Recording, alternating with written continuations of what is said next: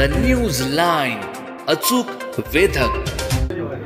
9 August क्रांती दिना दिवशी पहलगामला जो हल्ला झाला त्या हल्ल्याच्या अनुषंगाने जे भारत सरकारने सिंदूर ऑपरेशन केलं त्या ऑपरेशनच्या अनुषंगाने आम्ही सर्व महाराष्ट्रातले पैलवान आणि सैनिक जे आहेत रिटायर झालेले शिंदे साहेबांच्या नेतृत्वाखाली आमचे मित्र डबल महाराज चंद्रराव पाटील, शंभूराज देसाई साहेब असतील यांच्या सल्ल्यानं 5 ऑगस्टला सांगली येथून आम्ही धर्मवीर एक्सप्रेस नावाची ट्रेन पूर्ण बुक केलेली आहे.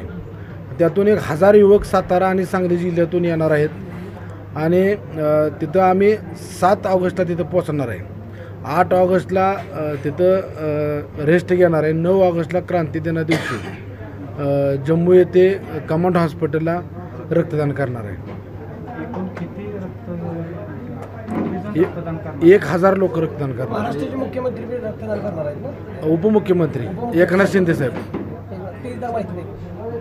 शिंदे साहेब स्वतः तिथं रक्तदान करणार आहेत. उपस्थित राहून स्वतः रक्तदान करणार आहेत. शिवसेनेचे मंत्री बरेच येणार आहेत, केंद्रीय मंत्री येणार आहेत तिथे.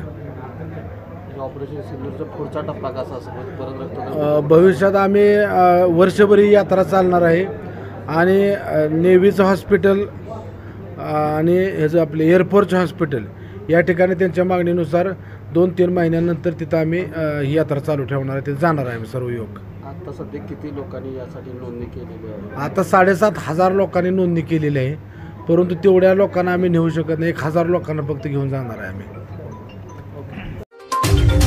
द न्यूज लाईन, अचूक वेधक.